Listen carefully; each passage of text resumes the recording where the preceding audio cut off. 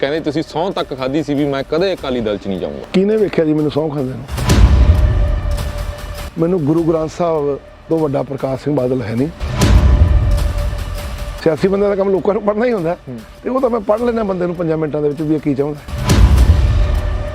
ਆਹ ਪੁਲ ਤੇ ਪੱਥਰ ਲੱਗਾ ਸਾਡਾ। ਕੁਲਤਾਰ ਸਿੰਘ ਸੰਧਵਾ ਕਹਿੰਦੇ ਉਹ ਪੁਲ ਚੱਲਦਾ ਹੀ ਨਹੀਂ ਸੀਗਾ। ਜਿਹੜਾ ਪੁਲ ਕੋਟਕਪੂਰੇ ਵਾਲਾ ਚਲਾਉਂਦਾ ਹੀ ਨਹੀਂ ਸੀ, ਪਾ ਕੇ ਫੋੜ ਮਗਰ ਖਿੱਚਦਾ ਚਲਾਤਾ। ਮੈਂ ਜੀ ਇਸ ਤੇ ਤੁਹਾਨੂੰ ਕੋਈ ਉੱਤਰ ਨਹੀਂ ਦੇ ਸਕਦਾ। ਸੀਐਮ ਦਾ ਚਿਹਰਾ ਜਿਹੜਾ ਉਹ ਇੱਕ ਕਮੇਡੀਅਨ ਚਿਹਰਾ ਨਹੀਂ ਚਾਹੀਦਾ। ਸੀਐਮ ਦਾ ਚਿਹਰਾ ਕੋਈ ਬਿਜ਼ਨਸਮੈਨ ਵੀ ਨਹੀਂ ਚਾਹੀਦਾ। ਸੁਖਬੀਰ ਸਿੰਘ ਬਾਦਲ ਤੇ ਵੀ ਇਲਜ਼ਾਮ ਲੱਗਦਾ ਵੀ ਬਿਜ਼ਨਸ ਪਾਰਟੀ ਬਣ ਗਈ ਇੱਕ। ਇਹਨਾਂ ਦੀ ਆਦਤ ਹੈ ਲਿਟਣ ਦੀ।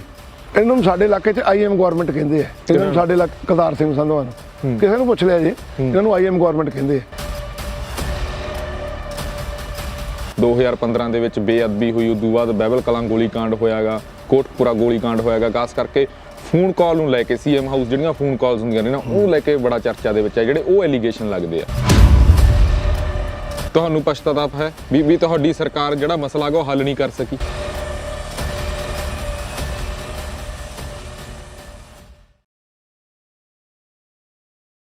ਸਤਿ ਸ਼੍ਰੀ ਅਕਾਲ ਜੀ, ਤੁਸੀਂ ਦੇਖ ਰਹੇ ਹੋ ਆਰਐਮਬੀ ਟੈਲੀਵਿਜ਼ਨ। ਮੈਂ ਰਤਨਦੀਪ ਸਿੰਘ ਧਾਲੀਵਾਲ। ਪੰਜਾਬ ਦੇ ਵਿੱਚ ਸਿਆਸਤ ਦਾ ਮਾਹੌਲ ਭਖਿਆ ਹੋਇਆਗਾ, ਪਰ ਮਾਲਵੇ ਦੀਆਂ ਕੁਝ ਅਜਿਹੀਆਂ ਸੀਟਾਂ ਨੇ ਜਿੱਥੇ ਮੁਕਾਬਲਾ ਗਾ ਬੜਾ ਦਿਲਚਸਪ ਰਹਿਣ ਵਾਲਾ ਗਾ।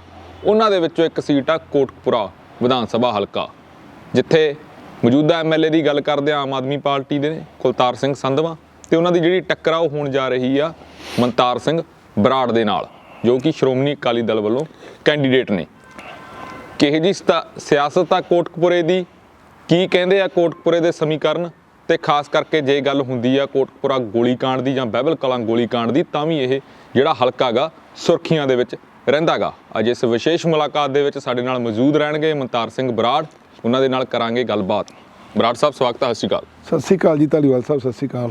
ਮਨਤਾਰ ਜੀ, ਸਭ ਤੋਂ ਪਹਿਲਾ ਸਵਾਲ ਤਾਂ ਇਹੀ ਆ, ਕਿਵੇਂ ਦੇਖਦੇ ਹੋ ਇਸ ਵਾਰ ਜਿਹੜੀਆਂ ਚੋਣਾਂ ਹੋ ਰਹੀਆਂ ਹੈਗੀਆਂ, ਖਾਸ ਕਰਕੇ ਜੇ ਕੋਟਕਪੂਰੇ ਦੀ ਸਥਿਤੀ ਦੇਖਦੇ ਹੋ, ਕਿਸ ਨਾਲ ਟੱਕਰ ਮੰਨਦੇ ਹੋ, ਆਮ ਆਦਮੀ ਪਾਰਟੀ ਨਾਲ ਕਿ ਕਾਂਗਰਸ ਨਾਲ?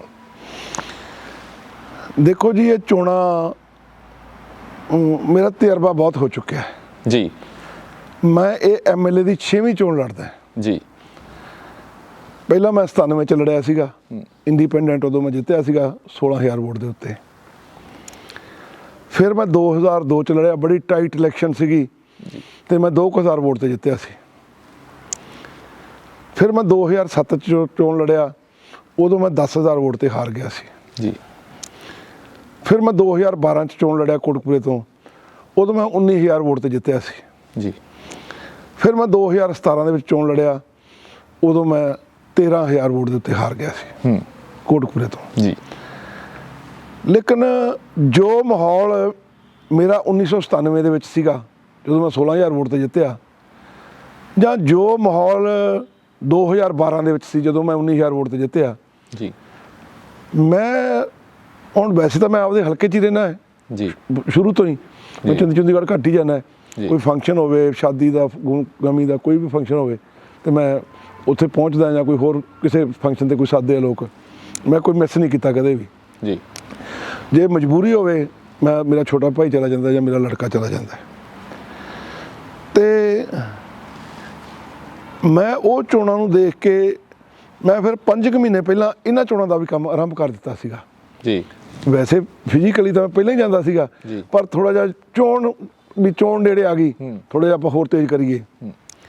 ਮੈਂ ਲਗਭਗ ਸਾਡੇ ਹਲਕੇ ਦੇ ਸਾਰੇ ਪਿੰਡਾਂ ਦੀਆਂ ਸ਼ਾਪਸ ਜਿਹੜੀਆਂ ਹੈਗੀਆਂ, ਪਿੰਡਾਂ ਦੀਆਂ 2300 ਸ਼ਾਪਸ ਬਣਦੀਆਂ ਜੀ, ਉਹ ਸਾਰੀਆਂ ਕੱਢ ਚੁੱਕੇ ਆ। ਕੋਟਕਪੂਰੇ ਸ਼ਹਿਰ ਦੀਆਂ ਕੋਈ 8000 ਸ਼ਾਪਸ ਬਣਦੀਆਂ, ਵੱਡਾ ਸ਼ਹਿਰ ਹੈ ਜੀ, ਉਹ ਮੈਂ ਸਾਰੀਆਂ ਸ਼ਾਪਸ ਹੈ ਉਹ ਕੱਢ ਚੁੱਕਿਆ। ਜਾਂ ਜਿਹੜੀਆਂ ਇੰਡਸਟਰੀਜ਼ ਹੈਗੀਆਂ ਕੋਟਕਪੂਰੇ, ਉਹ ਮੈਂ ਲਗਭਗ ਸਾਰੀਆਂ 100% ਹੀ ਕੱਢ ਚੁੱਕਿਆ, ਤੁਰ ਕੇ ਪੈਦਲ ਜਾ ਕੇ। ਮੈਨੂੰ ਮਾਹੌਲ ਲੱਗਦਾ ਹੈ ਜਿਹੜਾ 12 ਚ ਸੀਗਾ ਤੇ ਜੋ 1997 ਸੀ, ਮੈਨੂੰ ਉਹ ਜਿਹਾ ਮਾਹੌਲ ਹੁਣ ਦਿਖਾਈ ਦੇ ਰਿਹਾ। ਪਰ ਤੁਹਾਡੇ ਵਿਰੋਧੀ ਕਹਿ ਰਹੇ ਨੇ ਮਨਤਾਰ ਸਿੰਘ ਬਰਾੜ ਦੀ ਤੇ ਕਾਂਗਰਸ ਦੀ ਦੂਜੇ ਤੀਜੇ ਨੰਬਰ ਲਈ ਟੱਕਰ ਆ, ਸਾਡੀ ਜਿਹੜੀ ਹੈ ਜਿੱਤ ਹੋਣੀ ਆ।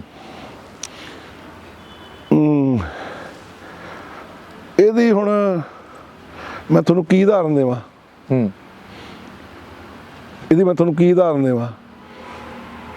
ਜਿਹੜੇ ਬੰਦੇ ਨੂੰ ਘਰ ਵਾਲੀ ਵੋਟ ਨਹੀਂ ਪਾਉਂਦੀ, ਉਹ ਵੀ ਕਹਿੰਦਾ ਹੁੰਦਾ ਵੀ ਮੈਂ ਜਿੱਤੂੰਗਾ।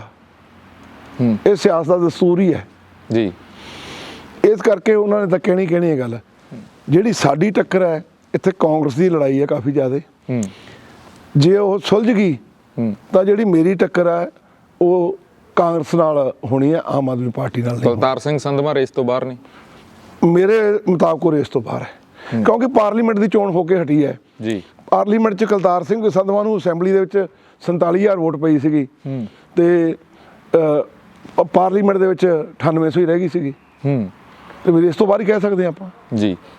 ਤੁਹਾਨੂੰ ਕੀ ਲੱਗਦਾ ਹੈ ਜੀ, ਖਾਸ ਕਰਕੇ ਗੱਲ ਆਉਂਦੀ ਆ ਮਨਤਾਰ ਸਿੰਘ ਬਰਾੜ ਉਦੋਂ ਬੜਾ ਸੁਰਖੀਆਂ ਦੇ ਵਿੱਚ ਆਏ ਜਦੋਂ 2015 ਦੇ ਵਿੱਚ ਬੇਅਦਬੀ ਹੋਈ, ਉਦੋਂ ਬਾਅਦ ਬਾਈਬਲ ਕਲਾਂ ਗੋਲੀकांड ਹੋਇਆਗਾ, ਕੋਟਪੁਰਾ ਗੋਲੀकांड ਹੋਇਆਗਾ। ਖਾਸ ਕਰਕੇ ਫੋਨ ਕਾਲ ਨੂੰ ਲੈ ਕੇ ਸੀਐਮ ਹਾਊਸ ਜਿਹੜੀਆਂ ਫੋਨ ਕਾਲਸ ਹੁੰਦੀਆਂ ਨੇ ਨਾ ਉਹ ਲੈ ਕੇ ਬੜਾ ਚਰਚਾ ਦੇ ਵਿੱਚ ਹੈ, ਜਿਹੜੇ ਉਹ ਐਲੀਗੇਸ਼ਨ ਲੱਗਦੇ ਆ।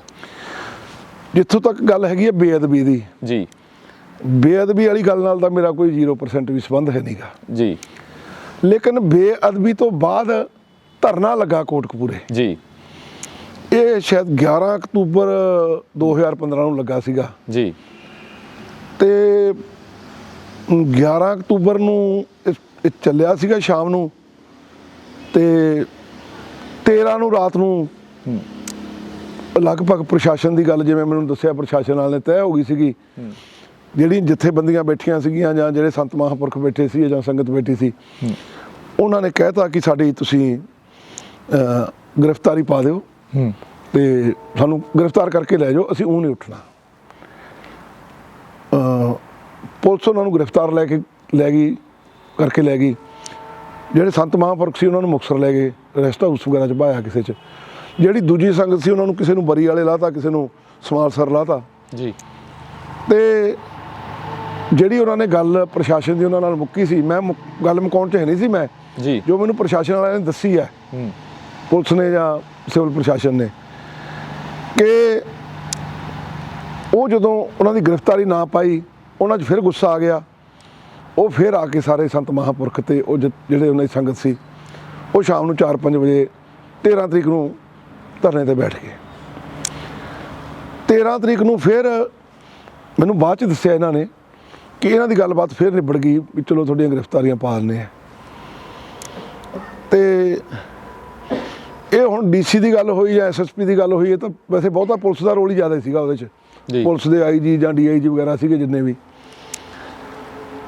ਤੇ ਮੈਨੂੰ ਕੋਈ ਲਗਭਗ 1:15 ਦਾ ਟਾਈਮ ਹੋਣਾ, ਮੈਨੂੰ ਇੱਕ ਕਮਿਸ਼ਨਰ ਫਰੀਦਕੋਟ ਦਾ ਫੋਨ ਆਇਆ ਕਿ ਬਰਾੜ ਸਾਹਿਬ ਕਿੱਥੇ ਹੋ? ਮੈਂ ਆਖਿਆ ਮੈਂ ਕੋਟਕਪੂਰੇ ਘਰੇ ਹੀ ਹਾਂ। ਮੈਨੂੰ ਉਹਦੇ ਡੀਸੀ ਸਾਹਿਬ ਮੇਰੇ ਕੋਲ ਆਏ ਆ, ਅਸੀਂ ਤੁਹਾਡੇ ਨਾਲ ਕੋਟਕਪੂਰੇ ਮਸਲੇ ਬਾਰੇ ਗੱਲ ਕਰਨੀ ਸੀਗੀ ਜੀ। ਤੇ ਮੈਂ ਕਿਹਾ ਟੈਲੀਫੋਨ ਤੇ ਕਰ ਲਓ। ਕਹਿੰਦੇ ਨਹੀਂ ਬੈਠ ਕੇ ਕਰ ਲਈਏ, ਅਸੀਂ ਤੁਹਾਡੇ ਕੋਲ ਆਉਣੇ ਆ। ਮੈਂ ਕਿਹਾ ਤੁਸੀਂ ਹੁਣ ਇੱਥੇ ਇੰਨੇ ਜਾਣੇ ਕਿੱਥੇ ਆਓਗੇ ਵੀ ਮੈਂ ਆ ਜਾਣਾ ਕਿੱਥੋਂ? ਮੇਰੇ ਘਰ ਤੋਂ 5 ਕਿਲੋਮੀਟਰ ਕੋਟਕਪੂਰਾ ਹੈ, 5 ਕਿਲੋਮੀਟਰ ਫਰੀਦਕੋਟ ਹੈ ਜੀ, 5 ਮਿੰਟਾਂ ਦਾ ਰਸਤਾ ਹੀ ਹੈ ਜਾਣ ਦਾ। ਮੈਂ ਉੱਥੇ ਚਲਾ ਗਿਆ। ਜਦੋਂ ਮੈਂ ਕਮਿਸ਼ਨਰ ਸਾਹਿਬ ਦੀ ਕੋਠੀ ਗਿਆ ਤਾਂ ਡੀਸੀ ਸਾਹਿਬ ਉੱਥੇ ਬੈਠੇ ਸੀ। ਮੈਂ ਕਿਹਾ ਦੱਸੋ ਕਮਿਸ਼ਨਰ ਸਾਹਿਬ ਕੀ ਗੱਲ ਹੈ? ਡੀਸੀ ਸਾਹਿਬ ਦੱਸੋ ਕੀ ਗੱਲ ਹੈ? ਉਹ ਮੈਨੂੰ ਡੀਸੀ ਸਾਹਿਬ ਕਹਿੰਦੇ ਕਿ ਮੈਨੂੰ ਐਸਐਸਪੀ ਸਾਹਿਬ ਦਾ ਫੋਨ ਆਇਆ ਵੀ ਸਾਡੀ ਗੱਲਬਾਤ ਤਾਂ ਨਿਬੜ ਗਈ ਹੈ ਕੋਟਕਪੂਰੇ ਐਸਐਸਪੀ ਸਾਹਿਬ ਫਰੀਦਕੋਟ ਵਾਲੇ, ਤੇ ਵਿੱਚ ਕੁਝ ਸ਼ਰਾਰਤੀ ਅਨਸਰ ਹੈ ਜਿਹੜੇ ਕੋਈ ਸ਼ਰਾਰਤ ਕਰ ਸਕਦੇ ਹੈ। ਤੇ ਡੀਸੀ ਸਾਹਿਬ ਕਹਿੰਦੇ ਵੀ ਇਹ ਸੈਂਸਿਟਿਵ ਇਸ਼ੂ ਹੈ, ਇਸ ਲਈ ਮੇਰੀਆਂ ਲੱਤਾਂ ਭਾਰ ਨਹੀਂ ਚੱਲਦੀਆਂ ਕਿ ਮੈਂ ਉਹਨਾਂ ਨੂੰ ਇਹ ਇਜਾਜ਼ਤ ਦੇਵਾਂ। ਤੇ ਮੈਂ ਚਾਹੁੰਦਾ ਕਿ ਸੀਐਮ ਸਾਹਿਬ ਦੇ ਧਿਆਨ ਦੇ ਵਿੱਚ ਇਹ ਗੱਲ ਲਿਆਂਦੀ ਜਾਵੇ। ਆਂਦਾ ਅਸੀਂ ਪਹਿਲਾਂ ਜਦੋਂ ਸੀਐਮ ਸਾਹਿਬ ਨਾਲ ਸਾਡਾ ਰਾਬਤਾ ਹੁੰਦਾ ਉਹ ਚੀਫ ਸੈਕਟਰੀ ਸਾਹਿਬ ਰਾਹੀਂ ਜਾਂ ਸੀਐਮ ਸਾਹਿਬ ਦੇ ਪ੍ਰਿੰਸੀਪਲ ਸੈਕਟਰੀ ਸਾਹਿਬ ਰਾਹੀਂ ਹੁੰਦਾ। ਆਂਦਾ ਮੈਂ ਡੀਸੀ ਸਾਹਿਬ ਕਹਿੰਦੇ ਮੈਂ ਉਹਨਾਂ ਨੂੰ ਫੋਨ ਵੀ ਲਾਏ ਹੈ, ਮੈਸੇਜ ਵੀ ਕੀਤੇ ਹੈ, ਉਹਨਾਂ ਦਾ ਕੋਈ ਉੱਤਰ ਨਹੀਂ ਆਇਆ। ਸ਼ਾਇਦ ਦੇਰ ਰਾਤ ਹੈ ਕਿਉਂਕਿ 2 ਵਜ ਗਏ ਉਦੋਂ ਗੱਲਾਂ ਕਰਦੇ ਆ, ਤੇ ਉਹਨਾਂ ਦਾ ਕੋਈ ਮੈਸੇਜ ਨਹੀਂ ਆਇਆ।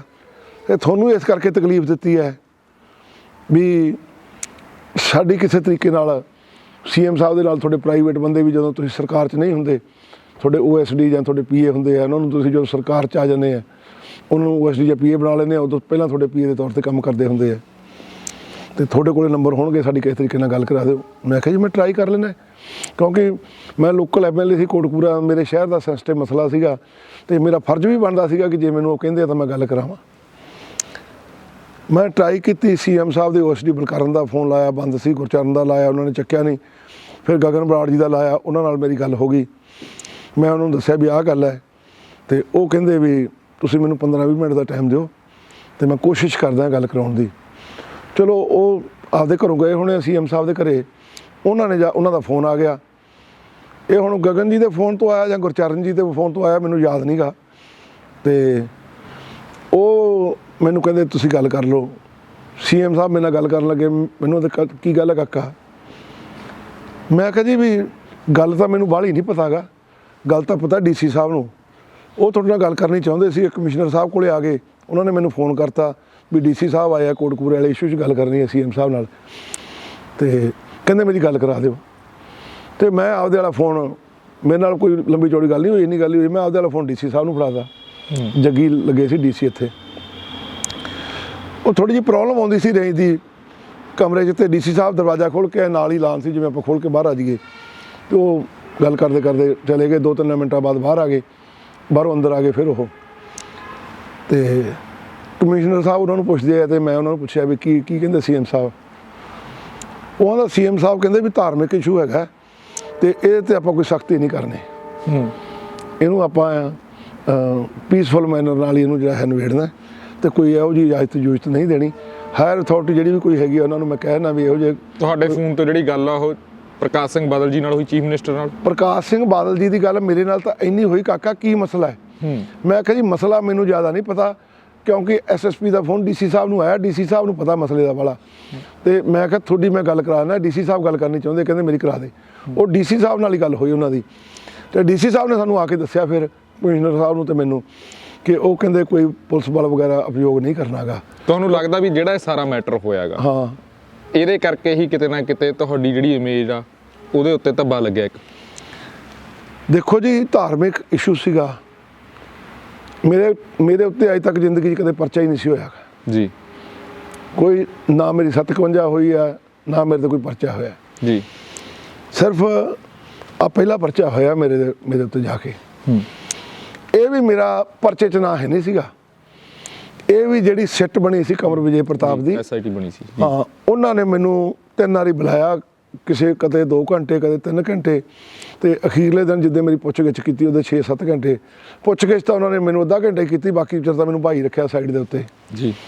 ਤੇ ਉਹ ਮੈਨੂੰ ਮਹਿਸੂਸ ਹੁੰਦਾ ਹੈ ਕਿ ਇਹ ਥੋੜ੍ਹਾ ਜਿਹਾ ਪੋਲੀਟੀਕਲ ਮੈਟਰ ਬਣਿਆ ਹੋਇਆ ਸੀਗਾ, ਕਿ ਮੇਰੀ ਗੱਲ ਹੀ ਹੈ, ਇਕੱਲਾ ਵਿਅਕਤੀ ਹੈ ਜਿਹਦੀ ਪ੍ਰਕਾਸ਼ ਸਿੰਘ ਬਾਦਲ ਨਾਲ ਮੇਰਾ ਫੋਨ ਯੂਜ਼ ਹੋਇਆ, ਜਾਂ ਡੀਸੀ ਸਾਹਿਬ ਦੀ ਗੱਲ ਹੋਈ ਹੈ, ਜਾਂ ਮੇਰੀ ਗੱਲ ਹੋਈ ਹੈ।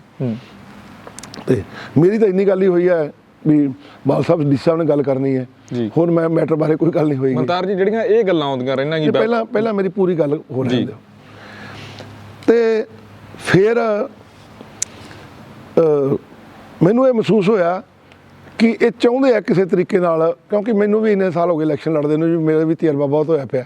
ਆ ਮੇਰਾ 6ਵਾਂ ਇਲੈਕਸ਼ਨ ਹੈ ਐਮਐਲਏ ਦਾ ਜੀ। ਅਸੀਂ ਵੀ ਅਕਸਰ ਸਾਡਾ ਕੰਮ ਜਿਵੇਂ ਦੁਕਾਨਦਾਰਾਂ ਦਾ ਕੰਮ ਦੁਕਾਨਦਾਰੀ ਚਲਾਉਣੀ ਹੁੰਦੀ ਹੈ, ਐਵੇਂ ਸਿਆਸਤ ਹੈ ਸਾਡਾ ਵੀ ਕੰਮ ਹੈ, ਵੀ ਲੋਕਾਂ ਨੂੰ ਪੜ੍ਹਨਾ ਹੈ, ਵੀ ਲੋਕ ਕੀ ਚਾਹੁੰਦੇ ਉਹਨਾਂ ਦੇ ਚਿਹਰੇ ਨੂੰ ਪੜ੍ਹਨਾ ਹੈ।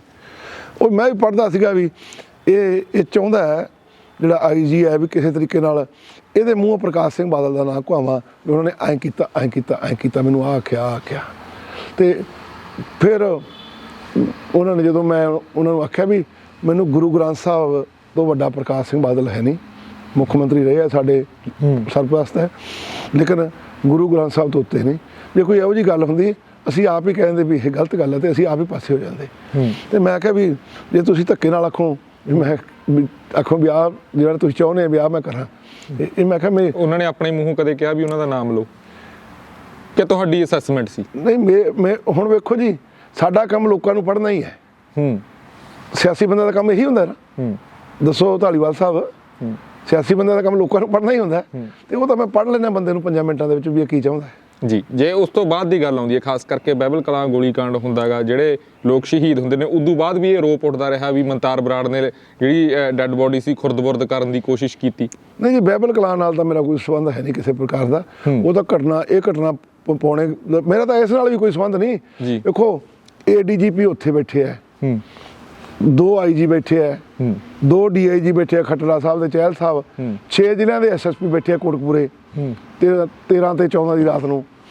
ਫਰੀਦਕੋਟ, ਮਾਨਸਾ, ਆਪਣਾ ਮੋਗਾ, ਫਿਰ ਆਪਣਾ ਆ ਗਿਆ ਮੁਕਤਸਰ, ਫਿਰੋਜ਼ਪੁਰ, ਫਾਜ਼ਿਲਕਾ, ਬਠਿੰਡਾ, 6-7 ਜ਼ਿਲ੍ਹਿਆਂ ਦੇ ਐਸਐਸਪੀ ਬੈਠੇ ਹੈ, 2 ਡੀਆਈਜੀ ਬੈਠੇ ਹੈ, 2 ਆਈਜੀ ਬੈਠੇ ਹੈ, ਇੱਕ ਏਡੀਜੀਪੀ ਬੈਠਾ ਹੈ।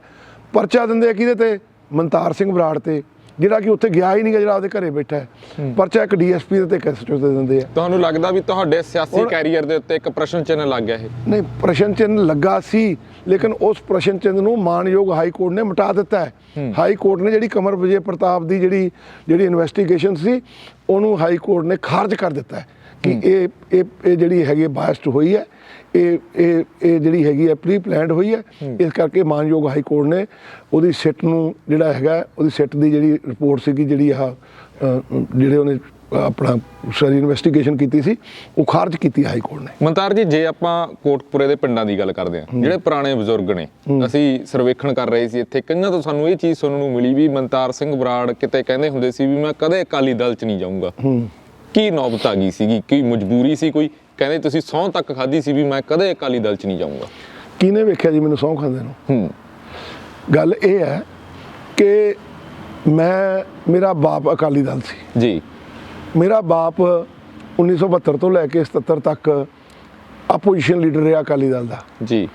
ਮੇਰਾ ਬਾਪ ਨੰਬਰ 2 ਜੀ ਮਿਨਿਸਟਰ ਰਿਹਾ ਜੀ, ਕੋਆਪਰੇਟਿਵ ਮਹਿਕਮੇ ਦਾ 2nd ਪੋਜੀਸ਼ਨ ਤੇ ਸੀ, ਆਪੋਜੀਸ਼ਨ ਲੀਡਰ ਹੋਣ ਕਰਕੇ ਮੁੱਖ ਮੰਤਰੀ ਪ੍ਰਕਾਸ਼ ਸਿੰਘ ਬਾਦਲ ਬਣੇ ਸੀ ਜੀ। ਮੈਂ 1988 ਦੇ ਵਿੱਚ ਅਕਾਲੀ ਦਲ ਦਾ ਜ਼ਿਲ੍ਹੇ ਫਰੀਦਕੋਟ ਦਾ ਜਨਰਲ ਸਕੱਤਰ ਬਣਿਆ। ਫਿਰ 1994 ਦੇ ਵਿੱਚ ਮੈਂ ਅਕਾਲੀ ਦਲ ਵੱਲੋਂ ਜ਼ਿਲ੍ਹਾ ਪ੍ਰੀਸ਼ਦ ਦਾ ਮੈਂਬਰ ਬਣਿਆ। ਫਿਰ ਮੈਂ ਟਿਕਟ ਭਾਲਦਾ ਸੀਗਾ ਕੋਟਕਪੂਰੇ ਤੋਂ, ਲੇਕਿਨ ਮੈਨੂੰ ਟਿਕਟ ਨਹੀਂ ਮਿਲੀ। ਕਾਰਨ ਕੀ ਸੀਗਾ ਕਿ ਜਿਹੜਾ ਕੋਟਕਪੂਰੇ ਸਿਟਿੰਗ ਬੰਦਾ ਸੀਗਾ, ਉਹ ਸਾਬਕਾ ਐਮਐਲਏ ਸੀਗਾ ਤੇ ਮੇਥੋਂ ਸੀਨੀਅਰ ਸੀਗਾ, ਉਹਦੀ ਟਿਕਟ ਕੱਟਣੀ ਬਹੁਤ ਔਖੀ ਸੀਗੀ ਮੇਰੇ ਲਈ। ਤੁਸੀਂ ਉਦੋਂ ਆਜ਼ਾਦ ਚੋਣ ਲੜੀ? ਮੈਂ ਆਜ਼ਾਦ ਚੋਣ ਲੜੀ ਸੀਗੀ, ਆਜ਼ਾਦ ਚੋਣ ਲੜ ਕੇ ਜਿੱਤਿਆ ਸੀ। ਲੇਕਿਨ ਆਜ਼ਾਦ ਚੋਣ ਲੜਨ ਤੋਂ ਬਾਅਦ ਸਾਲ 1.5 ਸਾਲ ਬਾਅਦ ਮੈਂ ਅਕਾਲੀ ਦਲ ਦੇ ਵਿੱਚ ਸ਼ਾਮਲ ਹੋ ਗਿਆ। ਮੇਰੀ ਮਾਂ ਪਾਰਟੀ ਸੀਗੀ ਜੀ, ਮੈਂ ਉਹਦੀ ਮਾਂ ਪਾਰਟੀ ਦੇ ਵਿੱਚ ਜਾਣਾ ਸੀਗਾ। ਇਹ ਤਾਂ ਕੁਛ ਜਿਹੜੇ ਮੇਰੇ ਨਾਲ ਲੱਗਦੇ ਲੁਕਦੇ ਬੰਦੇ ਆ, ਉਹੀ ਗੱਲਾਂ ਉਠਾਉਂਦੇ ਵੀ ਆਹ ਗੱਲ ਲਿਆਓ ਸਬੂਤ, ਉਹਨਾਂ ਕੋਲ ਲਿਆਓ ਸਬੂਤ। ਉਦੋਂ ਬਾਅਦ ਤੁਸੀਂ ਐਮਐਲਏ ਬਣਦੇ ਹੋ? ਜੇ ਐਮਐਲਏ ਤਾਂ ਮੈਂ ਪਹਿਲਾਂ ਹੀ ਬਣ ਗਿਆ ਸੀਗਾ ਜੀ।